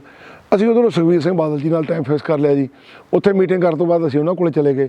ਉਹਨਾਂ ਨੇ ਗਡਕਰੀ ਜੀ ਨੂੰ ਫੋਨ ਕੀਤਾ ਜੀ ਵੀ ਸਾਡੇ ਜੀ, ਮੈਂ ਕਿਹਾ ਵੀ ਚਲਾ ਕੋਟਕਪੂਰੇ ਵਾਲਾ ਇਕੱਲਾ ਕੀ ਬਣਾਉਣਾ, ਆਹ ਵੀ ਆਪਾਂ ਫਰੀਦਕੋਟ ਵਾਲਾ ਵੀ ਨਾਲ ਹੀ ਕਰ ਲਈਏ ਕਵਰ। ਤੇ ਉਹਨਾਂ ਨੇ ਫੋਨ ਲਾਤਾ। ਅੱਗੋਂ ਗਡਕਰੀ ਜੀ ਵੀ ਦਰਿਆਲ ਦਿਲ ਬੰਦੇ ਆ। ਉਹਨਾਂ ਨੇ ਆਖਿਆ ਯਾਰ ਤੁਸੀਂ ਦੋਵਾਂ ਦੀ ਗੱਲ ਕਰਦੇ, ਜਿਹੜੇ 5-6 ਤੁਹਾਡੇ 7 ਹੈਗੇ ਆ ਪੰਜਾਬ ਦੇ, ਤੁਸੀਂ ਸਾਰੇ ਭੇਜ ਦਿਓ ਬਣਾ ਕੇ, ਤੇ ਮੈਂ ਪਾਸ ਕਰ ਦਿੰਦਾ, ਪੈਸੇ ਹੈਗੇ ਮੇਰੇ ਕੋਲ ਨੈਸ਼ਨਲ ਹਾਈਵੇ ਦੇ। ਉਹ ਪੁਲ ਮੈਨੂੰ ਪਤਾ ਨਹੀਂ ਦੂਜੇ ਕਿੱਥੋਂ ਦੇ ਪਾਸ ਹੋਏ, ਸਾਰੇ ਇਕੱਠੇ ਹੀ ਪਾਸ ਹੋਏ ਆ। ਇਹ ਪੁਲ 116 ਕਰੋੜ ਰੁਪਈਆ ਇਹਦਾ ਬਜਟ ਰੱਖਿਆ ਗਿਆ ਸੀਗਾ ਜੀ। ਇਹਦਾ ਨਕਸ਼ਾ ਜਿਹੜਾ ਹੈਗਾ, ਪਹਿਲਾਂ ਇਹ ਛੋਟਾ ਬਣਨਾ ਸੀ, ਪਹਿਲਾਂ ਇਹਦੇ ਉੱਤੇ 66 ਕਰੋੜ ਰੁਪਈਆ ਲੱਗਣਾ ਸੀਗਾ, ਇਹ ਛੋਟਾ ਬਣਨਾ ਸੀ। ਲੇਕਿਨ ਇੱਕ ਤਾਂ ਇਲੈਕਟ੍ਰਿਕ ਤੌਰ ਦੇ ਉੱਤੇ ਕਨੈਕਸ਼ਨ, ਟ੍ਰੇਨ ਆ ਜਿਹੜੀ ਬਠਿੰਡੇ ਤੱਕ ਹੀ ਸੀਗੀ, ਉਹ ਫਿਰੋਜ਼ਪੁਰ ਤੱਕ ਜੁੜ ਰਹੀ ਹੈ, ਉਹ ਲਾਈਨ ਪਾ ਰਹੇ ਆ। ਇੱਕ ਮੋਗੇ ਨੂੰ ਨਵੀਂ ਲਾਈਨ ਮਨਜ਼ੂਰ ਹੋਈ ਹੈ, ਉਹ ਸੰਧਵਾ ਪਿੰਡ ਤੋਂ ਜਾਣੀ ਹੈ। ਉਹ ਪੁਲ ਉਹਨਾਂ ਨੂੰ ਚੌੜਾ ਕਰਨਾ ਪੈ ਗਿਆ ਤੇ ਵੱਡਾ ਕਰਨਾ ਪੈ ਗਿਆ। ਇਹਦਾ ਨਕਸ਼ਾ IIT ਰੁੜਕੀ ਤੋਂ ਬਣਿਆ ਹੋਇਆ, ਮੇਰੇ ਕੋਲੇ ਹੈਗਾ ਨਕਸ਼ਾ। ਇਸ ਪੁਲ ਦੇ ਨਕਸ਼ੇ ਦੇ ਉੱਤੇ 3 ਬੰਦੇ PhD ਵੀ ਕਰ ਰਹੇ ਆ IIT ਰੁੜਕੀ ਦੇ ਵਿੱਚ। ਇਹ IIT ਰੁੜਕੀ ਦਾ ਬਣਿਆ ਹੋਇਆ, ਤੇ ਇਹ ਮਨਜ਼ੂਰ ਕਰਕੇ, ਇਹਦੇ ਪੈਸੇ ਮਨਜ਼ੂਰ ਕਰਕੇ ਨੈਸ਼ਨਲ ਹਾਈਵੇ ਕੋਲੇ ਐਕਸ਼ਨ ਕਹਿੰਦਾ ਸਾਡੇ ਕੋਲੇ ਪੈਸੇ ਵਾਧੂ ਪਏ ਆ, ਤੁਸੀਂ ਬਸ ਉੱਥੋਂ ਮਨਜ਼ੂਰ ਕਰਾ ਲਓ। ਇਹ ਕਰਾ ਕੇ ਅਸੀਂ ਪੈਸੇ ਜਮ੍ਹਾਂ ਕਰਾ ਕੇ, ਇਹ 13 ਅਗਸਤ 2016 ਨੂੰ ਅਸੀਂ ਇਹਦਾ ਵਰਕ ਆਰਡਰ ਦੇ ਕੇ ਤੇ ਨੀਂਹ ਪੱਥਰ ਰੱਖਿਆ ਸੀਗਾ, 13 ਅਗਸਤ 2016 ਨੂੰ। ਤੇ ਉਸ ਤੋਂ ਬਾਅਦ ਇਹ ਜਿਹੜਾ ਪੁਲ ਹੈਗਾ, ਇਹ ਪੁਲ ਬਣਨਾ ਚਾਲੂ ਹੋਇਆ। ਫਿਰ ਕੀ ਹੋਇਆ ਕਿ ਇਹਦੇ 'ਚ ਡਿਲੇ ਆ ਗਈ। ਡਿਲੇ ਕਿਸ ਗੱਲ ਦੀ ਆਈ ਕਿ ਕੁਛ ਦਰਖਤ ਖੜੇ ਸੀ ਸਾਈਡ ਤੇ, ਕਿਸੇ NGO ਨੇ ਸ਼ਿਕਾਇਤ ਕਰਤੀ ਵੀ ਜੀ ਤਾਂ ਦਰਖਤ ਪੱਟ, ਉਹ ਸੁੱਕੇ ਦਰਖਤ ਸੀਗੇ ਬਾਲੇ, 2-4 ਦਰਖਤ ਤਾਂ ਠੀਕ ਸੀਗੇ, ਬਾਕੀ ਸੁੱਕੀਆਂ ਹੋਈਆਂ ਸੀਗੀਆਂ ਜਿਹੜੀਆਂ ਕਿੱਕਰਾਂ ਸੀਗੀਆਂ। ਉਹ 2 ਸਾਲ ਉਹਦਾ ਕੇਸ ਚੱਲਦਾ ਰਿਹਾ। ਉਹ NGT ਨੇ ਮਤਲਬ ਕਹਿਤਾ ਵੀ ਤੁਸੀਂ ਅਜੇ ਰੋਕੋ, ਜਿੰਨਾ ਚਿਰ ਦਰਖਤ ਨਹੀਂ ਪੱਟਣੇ। ਉਹ ਬਾਅਦ ਜਦੋਂ ਮਨਜ਼ੂਰੀ ਮਿਲੀ ਉਹਨਾਂ ਦੀ, ਫਿਰ ਉਹ ਪੱਟ ਕੇ ਉਹ ਚਾਲੂ ਕੀਤਾ। ਇਹ ਤਾਂ ਡਰਾਮਾ, ਇਹਨਾਂ ਦੀ ਆਦਤ ਹੈ ਲਿਟਣ ਦੀ। ਇਹਨਾਂ ਨੂੰ ਸਾਡੇ ਇਲਾਕੇ 'ਚ IM ਗਵਰਨਮੈਂਟ ਕਹਿੰਦੇ ਆ। ਇਹਨਾਂ ਨੂੰ ਸਾਡੇ ਇਲਾਕੇ ਕਰਤਾਰ ਸਿੰਘ ਸੰਧਵਾ ਨੂੰ ਕਿਸੇ ਨੂੰ ਪੁੱਛ ਲਿਆ ਜੇ, ਇਹਨਾਂ ਨੂੰ IM ਗਵਰਨਮੈਂਟ ਕਹਿੰਦੇ ਆ। ਤੇ ਇਹਨਾਂ ਦੀ ਆਦਤ ਹੈਗੀ ਆ ਵੀ ਜੇ ਕੋਈ ਬੜਾ ਛੋਟਾ ਜਿਹਾ ਮਸਲਾ ਆ ਗਿਆ, ਉੱਥੇ ਫਟਾਫਟ ਜਾ ਕੇ ਨਾ ਥੱਲੇ ਲੰਮੇ ਪੈ ਜਾਓ, ਲੇਟ ਜਾਓ ਬਸ ਕਰਾਂ। ਤੇ ਇੱਥੇ ਕੀ ਹੋਇਆ, ਇੱਕ ਸ਼ਿਵਰਾਜ ਟਰੈਕਟਰ ਮੰਗਾ ਲਿਆ, ਡਰਮ ਲਾਏ ਸੀਗੇ, ਤੇ ਉਹ ਡਰਮ ਤੇ ਪਾਸੇ ਕਰਨ ਲੱਗ ਗਏ, ਕਹਿੰਦੇ ਅਸੀਂ ਚਲਾ ਲਿਆ ਜੀ। ਐਕਚੁਅਲੀ ਉਹਨਾਂ ਨੇ ਕਿਉਂ ਰੋਕਿਆ ਵਾ ਸੀ, ਇੱਥੇ ਸਟਰੀਟ ਲਾਈਟ ਦਾ ਕੰਮ ਹੋਣ ਵਾਲਾ ਸੀਗਾ, ਇਹ ਪੁਲ ਦੇ ਆਸੇ-ਪਾਸੇ ਰੰਗ ਹੋਣ ਵਾਲਾ ਸੀਗਾ। ਮਹਿਕਮੇ ਨੇ ਤਾਂ ਜਦੋਂ ਪੂਰੀ ਕੰਪਲੀਸ਼ਨ ਹੋਣੀ ਉਦੋਂ ਹੀ ਕਰਨਾ ਹੈ ਨਾ ਜੀ। ਤੇ ਇਹ ਤਾਂ ਡਰਾਮੇਬਾਜ਼ੀਆਂ ਕਰਦੇ ਆ ਜੀ। ਹੁਣ ਇਹਦੇ ਬਾਰੇ ਮਤਲਬ ਇੱਕ MLA ਨੂੰ ਐਡਾ ਲੈਵਲ ਛੋਟਾ ਨਹੀਂ ਕਰਨਾ ਚਾਹੀਦਾ। ਮੈਂ ਤਾਂ ਇੰਨੀ ਗੱਲ ਹੀ ਕਹਿਣੀ ਚਾਹੁੰਦਾ। ਮਨਤਾਰ ਜੀ, ਲਾਸਟ ਸਵਾਲ, ਮੁੱਖ ਮੰਤਰੀ ਦੇ ਤੌਰ ਤੇ ਕਿਹਨੂੰ ਦੇਖਣਾ ਚਾਹੁੰਦੇ, ਪ੍ਰਕਾਸ਼ ਸਿੰਘ ਬਾਦਲ ਨੂੰ ਕਿ ਸੁਖਬੀਰ ਸਿੰਘ ਬਾਦਲ? ਦੇਖੋ ਜੀ, ਪ੍ਰਕਾਸ਼ ਸਿੰਘ ਬਾਦਲ ਜੀ ਬਹੁਤ ਸੁਘੜ ਤੇ ਸੂਝਵਾਨ ਬੰਦੇ ਆ ਜੀ, ਲੇਕਿਨ ਹੁਣ ਉਹਨਾਂ ਦੀ ਏਜ ਆ ਜਿਹੜੀ, ਉਹ ਨਾ ਫਿਜ਼ੀਕਲੀ ਕੰਮ ਨਹੀਂ ਕਰ ਸਕਦੇ। ਦੇਖੋ 95 ਦੇ ਕਰੀਬ ਹੈਗੇ ਆ ਉਹ। ਤੇ ਇਸ ਕਰਕੇ ਸੁਖਬੀਰ ਸਿੰਘ ਬਾਦਲ ਬਾਹਰ ਦੇ ਪੜ੍ਹੇ ਹੋਏ ਆ, ਉਹਨਾਂ ਨੂੰ ਨੌਲੇਜ ਹੈ। ਖਾਸ ਕਰਕੇ ਇਕਨੋਮਿਸਟ ਆ, ਉਹਨਾਂ ਨੇ MA ਇਕਨੋਮਿਕਸ ਕੀਤੀ, MBA ਅਮਰੀਕਾ ਤੋਂ ਕੀਤੀ, MA economics Punjab university Chandigarh ਤੋਂ ਕੀਤੀ ਹੈ। ਤੇ ਉਹਨਾਂ ਨੂੰ ਆਰਥਿਕ ਅਵਸਥਾ ਸੰਭਾਲਣੀ ਆਉਂਦੀ ਹੈ ਬਹੁਤ ਵਧੀਆ ਜੇ ਢੰਗ ਨਾਲ, ਸੂਬੇ ਦੀ ਆਰਥਿਕ ਅਵਸਥਾ ਨੂੰ ਕਿਵੇਂ ਤਕੜਾ ਕਰਨਾ ਹੈ।